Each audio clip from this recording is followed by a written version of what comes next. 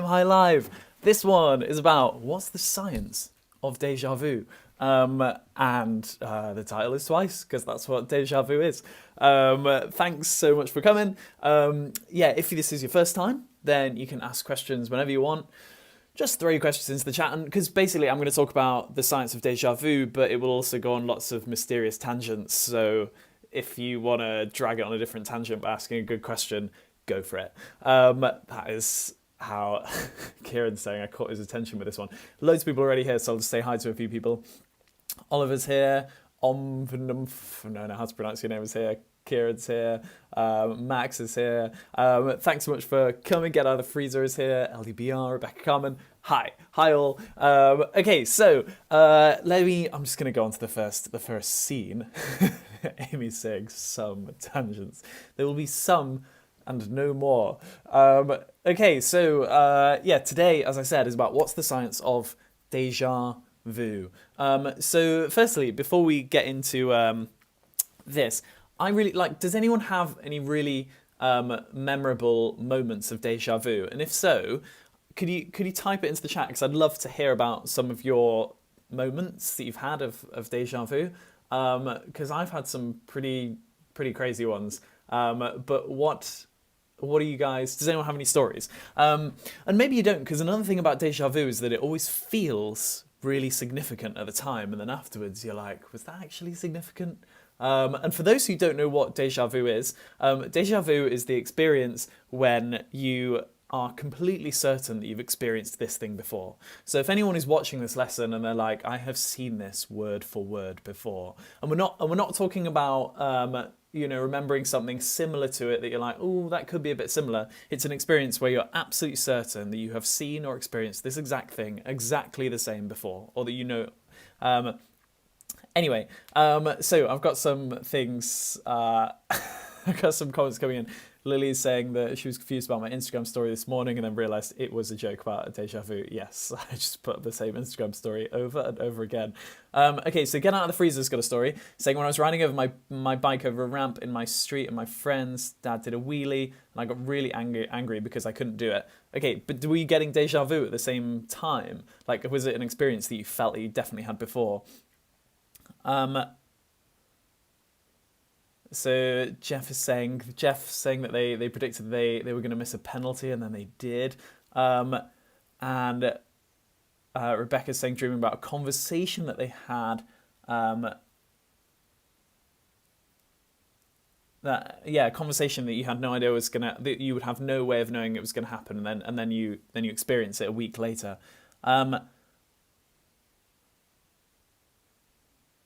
then OMHNPH Omniper saying, when I went to my friend's attic for the first time, it was so weird. I'd never seen it, never been in there before, and yet experienced it as if having gone into the attic before. Okay, so this is the amazing thing about deja vu, is that it's this experience that you're absolutely certain has happened before. And I'm going to explain why that happens. Anyway, before I do, because obviously we're going to end up on some tangents, can anyone see what this is?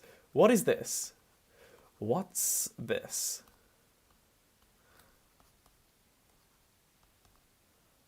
And Rebecca Cameron's saying that she's got a friend who's never had deja vu. So that's another thing, is that some people have never experienced deja vu. It's not something that's totally universal to everyone. I've seen some stats online where they seem pretty dodgy, saying about how, because it's one of the ones I saw said that only about 5% of people experience deja vu, and I don't think it's that low. I think a lot more people get it.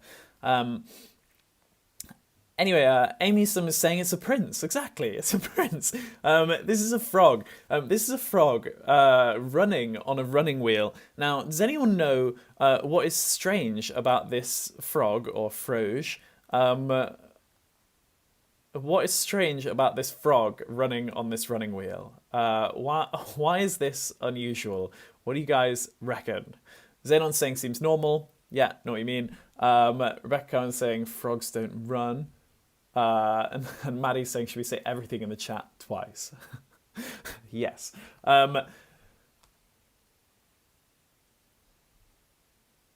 And Catherine's saying, is there some reason for such a low percentage of people who seem to experience deja vu? Yeah, I don't know. It seems strange to me. I was a bit skeptical of the figure that I saw. Japan Maple saying that this frog must be exercising, and there's nothing nothing untoward about that, and I think that's totally reasonable. And Get Out of the Freezer has already tried sending the same message twice and it won't let you.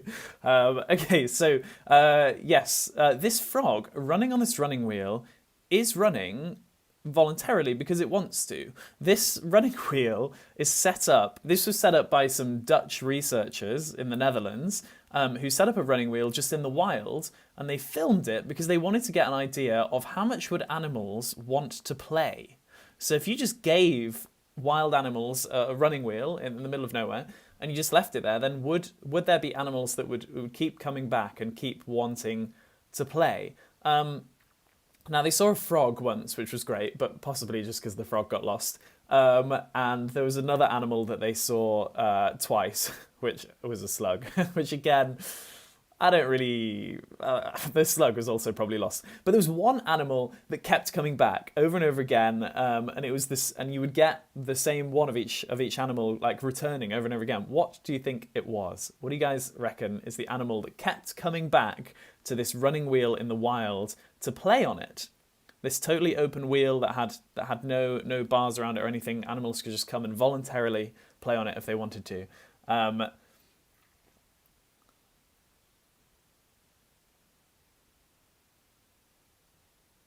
And Leonardo's saying, why is Matt not here? Leonardo, I am there, but maybe you have to hit play. Although you won't be able to hear this, because... Anyway, okay, Gemma Freezer's saying elephant. Yeah, I really wish that was true. And Lily's saying a vole or a shrew, or Fatima's saying me. Yeah, running wheels are so fun, aren't they? I love running wheels. But I don't know why I was thinking about a running wheel. Perhaps just the fact that you repeat the same image over and over again, and that is kind of like deja vu because it just goes round and round and round. But yeah, the animals that would return to this running wheel in the wild were mice. So mice will come and play voluntarily just because they want to on a running wheel if you leave it in the wild. And I was trying to find an image of a mouse, and I kept coming across this thing called the National Mouse Club, which is a UK-based club where they have they give out certificates for like the best marked mouse and stuff. Anyway, I wanted to put up an image for you, but almost every single image has got these huge letters over it by this woman who's obviously won the National Mouse Club prize over and over again, and she's just like, do not use my images. So I haven't used them.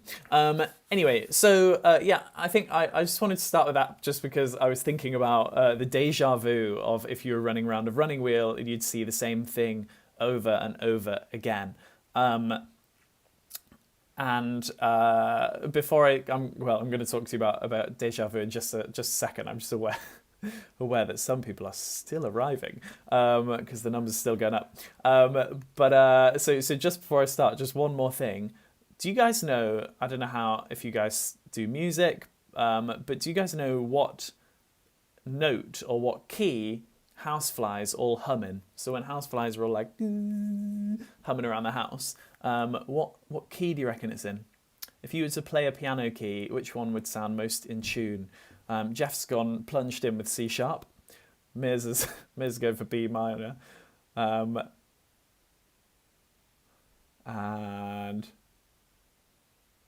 the real Joe's saying C. No one's got it. It is, sorry, real Joe being Maddie. In fact, Maddie's just pumped out loads of answers, so Maddie has got it. It is F. Yeah, so if you were to assemble a choir of houseflies, then you would just get a really homogeneous like F chord. I found this image on a site that I was convinced was called Pets World, because I'm quite dyslexic, and so I muddle up letters quite a lot. And I was really excited. I was like, wow, people are getting houseflies as pets. This is great. But then I realised that I just got the S and the T the wrong way around, and I just can't read. But anyway, for a while I was really excited that houseflies as pets was like catching on, and it was going to be a thing. Right, okay, it is time to talk about deja vu. I'm going to start explaining this to you.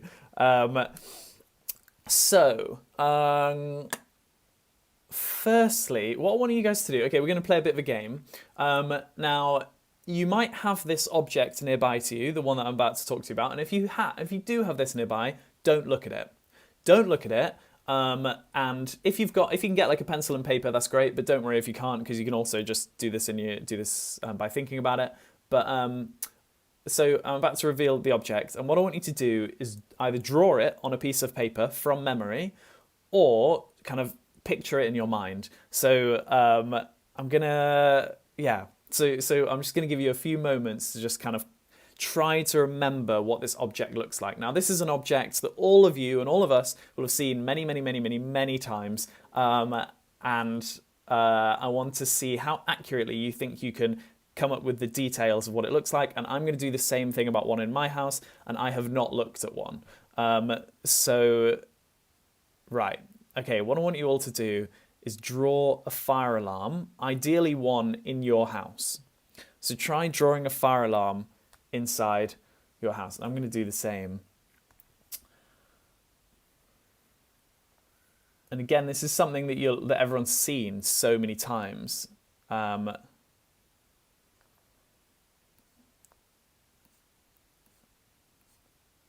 you think, I feel like there's something there.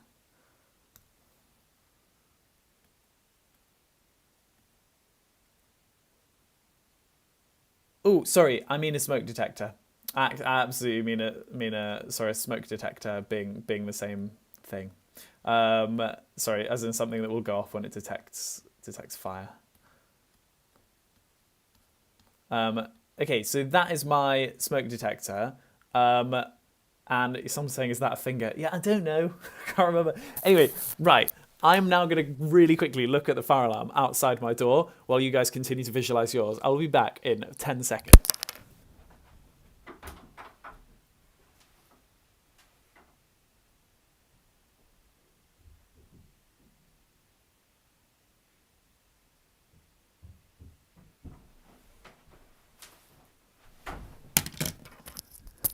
Okay, I'm back.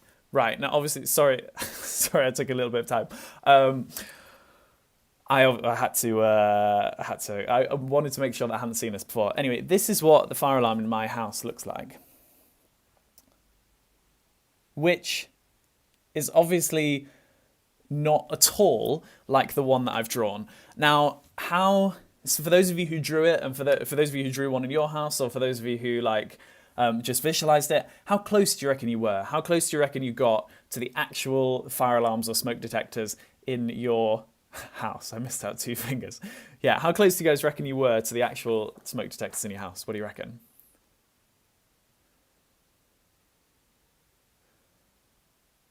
Oh, some people are actually like really close. Wow. Okay, but Kieran is saying not very. I don't often study my smoke detector, and Max is saying 60%. The Internet of Things is saying 34.7, and Lily's saying terrible, and Omnipo is saying nowhere near, I think, as well. Okay, so the reason why I wanted you to do this is because I wanted to get like 1% from Maddie, 0%. This is we're all quite far off. Most of us will be quite far off. Some people might be really good at remembering it, but the thing is that most of the way that your brain works, even though we like to think that we are consciously thinking about the world around us all the time, we like to think this. Most of the time, we are not. Most of the time, we're kind of almost unconsciously drifting through everything, and everything we see and hear and so on, instead of thinking about it and really thinking about it and thinking, oh, I wonder what that looks like or feels like, and instead, what your mind much prefers to do is see a smoke detector out of the corner of its eye and be like, oh, I've seen one of those before. I'll just fill it in with this vague shape that I remember a smoke detector kind of looks like. And then you never actually properly process it. And this is true of most things in life as you go through the world, especially, and this happens as you get older and older, you stop properly appreciating things. Anyway, I'm going to talk about that more actually on a live, I think that may even be next week. So I'm not going to go into too much detail on this because I want to talk more about déjà vu, but I just wanted to introduce that idea to you that most of the things in the world that we think we're properly perceiving and properly focusing on, we're actually just getting a little bit of a glimpse of them, and then our brain just fills in the gap with a memory. So here is a really cool lady called Louise. And her second name is Gluck. She is a poet. Has anyone heard of Louise Gluck?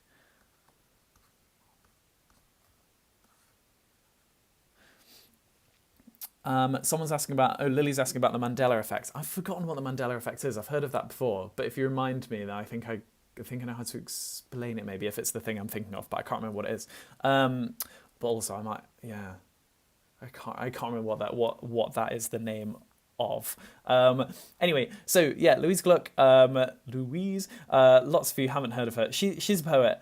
Speaking of poets, I'm doing another live today with Phil. It's going to be my first collab one with Phil, about how bacteria are writing poems, and that's coming up in like 3 hours or something.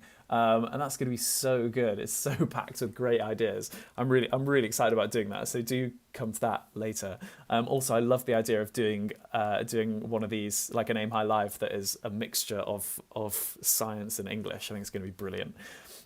Anyway, Louise Gluck is a poet, and she famously said these words. Let me just write them down. You see the world once as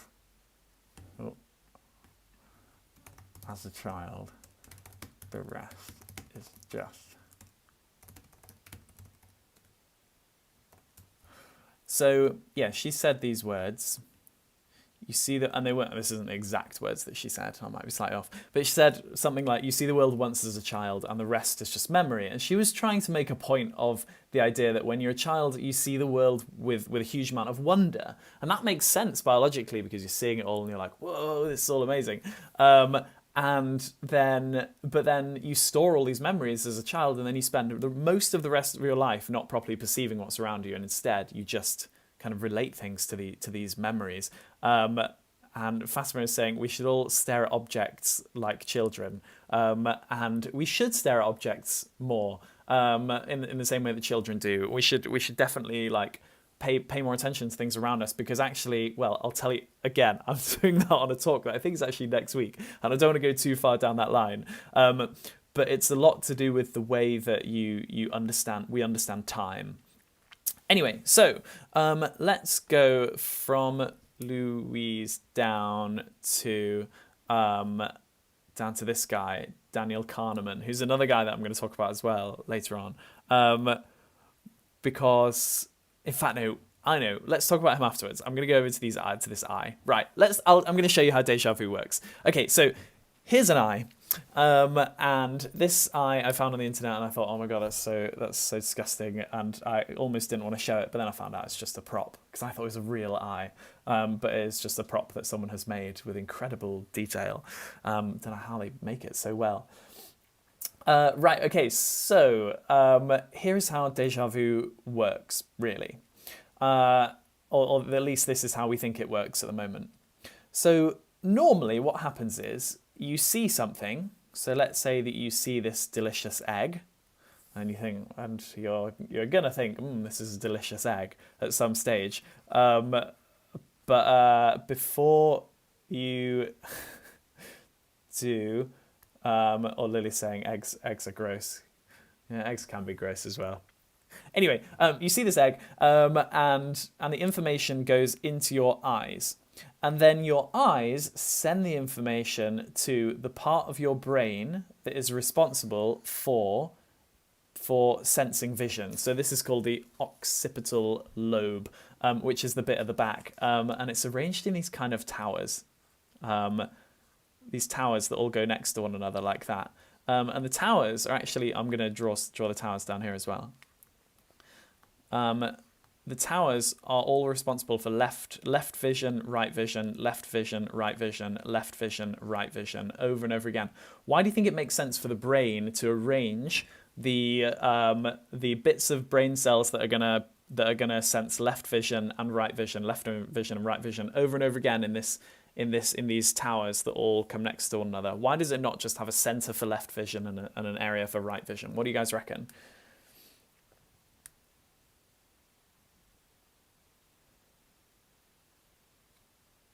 Oh my god, I'm just catching on with the chat, and Maddie's saying that it hurts and I think there's a bit of blood because someone's biting your toe. Oh god, I hope I hope whoever's biting your toe has stopped biting your toe now.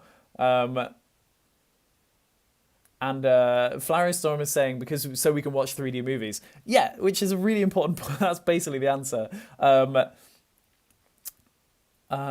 Because and Get Out of the Freezer is saying because brain smart. And Fatima is saying because we have two separate eyes. And Jeff is saying that Maddie, you need a new cat. Right. Okay. So So yeah, the reason why they're arranged like this is because then they can communicate with one another. So what you see in your left eye can be related to what you're seeing in your right eye, and over again. So it creates lots of surface area between the left sensing bit and the right sensing bit. Anyway, so you see something, the information goes to your occipital lobe, which is sensing the vision. Now, I'm going to start to draw this as a bit of a cartoon, but it will help to kind of explain how it works. So I'm going to just pick areas of the brain and kind of randomly assign them, even though it's not really completely this simple. But here I'm going to put the idea of your consciousness. So this is you being conscious of things and consciously kind of thinking about stuff. So normally what happens is, yes, the information goes in through the eye, into your occipital lobe, and then your occipital lobe sends signals to your consciousness to be like, we are consciously seeing this thing. Meanwhile, information will then be sent from your region of consciousness to a region where you were storing your memories. And again, this isn't like perfect regions at all, but I'm just drawing it as a cartoon. And your consciousness will check against memories, and your memories will be like, yep, we've seen an egg before. So yeah, Leonardo's saying it's called the frontal lobe. I'm avoiding like long names for now, because I just want to show you how the sequence works, because that's the cool bit. So yeah, your consciousness detects this you're conscious of you seeing an egg, you check it against your memories, and your memory's like, yep, we've seen an egg before, and it sends signals back so that your brain doesn't really have to do too much work. Your brain is just like, yeah, that's an egg, I don't have to think about it, I've already spent a lot of my time in life thinking about an egg. So then you fill in most of your consciousness using memories. And that is the normal sequence that happens. And meanwhile, you have a couple of processes going on, which are sending information from your consciousness to store memories, and also information directly from your visual area to store memories as well. So you've got memories being stored from both of these regions. Right. Okay. Did that make sense to everyone? Everyone let me know if that sequence, if I should go through that sequence one more time.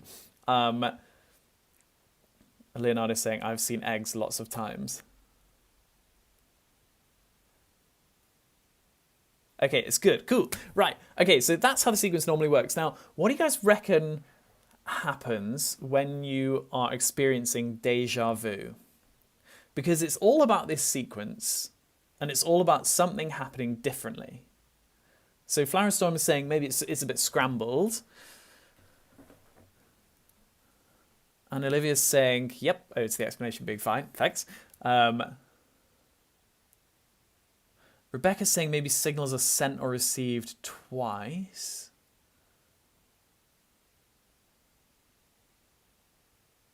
Okay, right. So there have been a few ideas come in, but I think it goes first from the occipital lobe to the memory. Max, okay, this is spot on what Max is saying. So when you experience deja vu, you see the egg, and then or you see, but it's not just an egg. It's like this specific experience of the egg with all the backdrop of like the slug that it's balanced on the top of, or whatever the kind of specific experience is that's going on now. You see this, and it goes to your occipital lobe, which detects it, but then your occipital lobe will just store will store some information as memories, and this path here, sorry, go to it, I'm just getting that. So this path here going to your consciousness, for some reason that we don't really understand, runs slower than normal.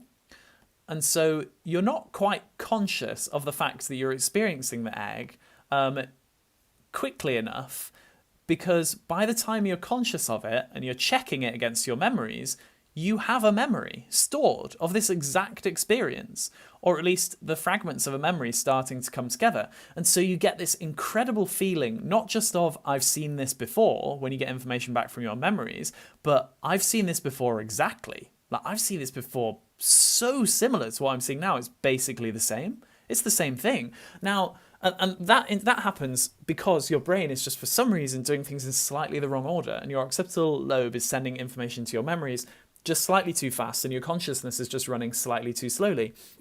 And the real kind of amazing thing about deja vu is that that is the powerful feeling that you get is the powerful feeling of familiarity when you're like, wow, I'm comparing it's this mechanism going on here where you're checking with memories, because our brains are so used to functioning by just thinking about our memories, and just kind of relating things to memories rather than thinking about things afresh for the first time. And so yeah, you experience this as if it's happened before.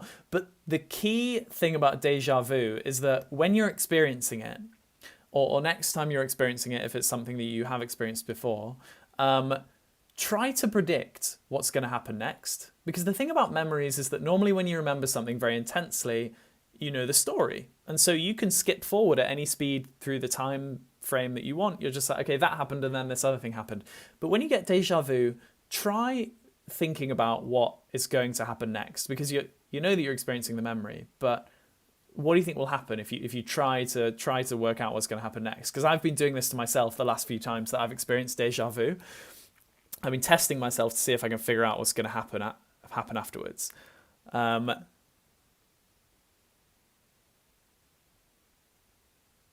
Lily's saying that they've had double deja vu, like a deja vu of deja vu, which is amazing. That means that you're constantly storing memories faster than you're being able to be conscious of them. And Max is saying maybe you get a prolonged deja vu. Mirs is saying, does it happen more in older people? And that would probably make sense. I actually don't know the statistics about whether it happens more in older people, but it might make sense, because maybe there's something to do with the way the memories are stored more quickly in older people, but I don't know about that. And Jeff's saying maybe you'll lose the deja vu. So I don't think you'll lose it, but it's just that you won't be able to predict it. So it'll be it's a strange experience of memory. It's like this magic trick that's being cast on your brain of like, I'm sure that I've seen this before, I'm remembering it, but then as soon as you try and figure out what's coming next, you might still be experiencing the deja vu, but that's when you will realize there's no more information, because you're just remembering the thing that you're seeing. You're literally, and that's the bizarre thing about it, is that you're literally remembering the thing that you are seeing right now, and you're thinking of it as significant, and you're convincing yourself that you've seen it before, when actually this is the first time. And yeah, so that's it. That's how deja vu works. This was, well, we're running this lesson bang on time. Here is what is coming up next for the rest of the... Oh my God, there's so much science coming up. So do come to the one that Phil and I are doing about how bacteria are writing poems, because that one is packed full of interesting stuff. And actually will probably run until about 1:40. I need to change that. And then tomorrow, if you want to do high school physics, which is like your GCSE and all that kind of stuff, it's basically the kind of high school level stuff. I'm going to keep going with electricity, and then on Monday I'm going to do my climate one on Can Recycling Save Us, and then Hannah's back next week with Will Brexit End the EU Part 2, and then Nish and Phil are back as well, and Josh is going to be there as well. But anyway, this is all I could copy into the screen. Thanks all for coming. Do spread the word. If you haven't already followed our social media, then do please, and tell your friends about what we're doing. And join our mailing list as well, so that you can get the timetable sent to you each week.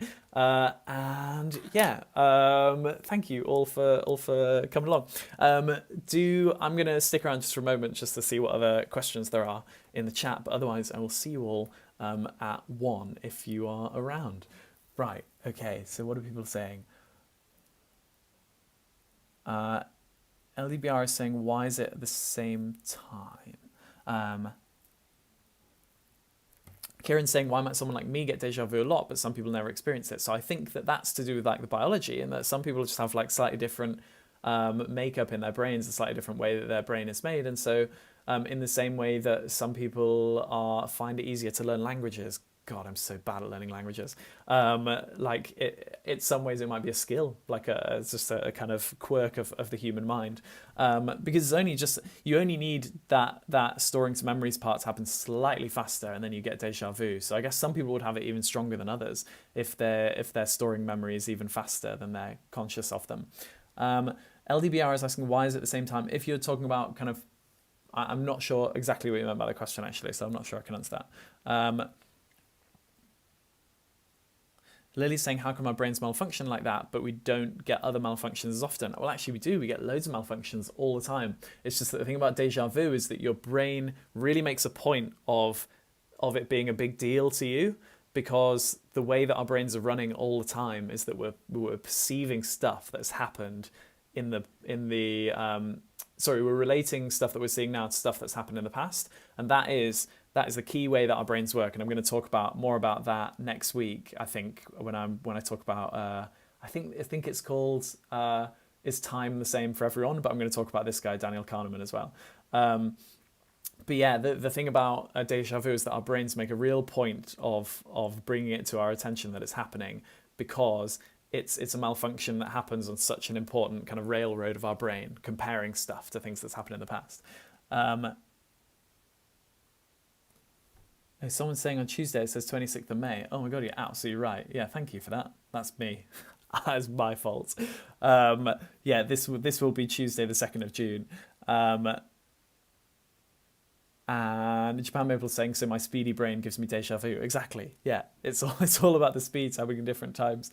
Right. Okay. I think that's all the questions. But I might have missed one. But anyway, I should go because I'm going to get ready the next one. But yes, thank you all for coming, and I will see you all later on for the one with Phil. All right. Ciao. Bye.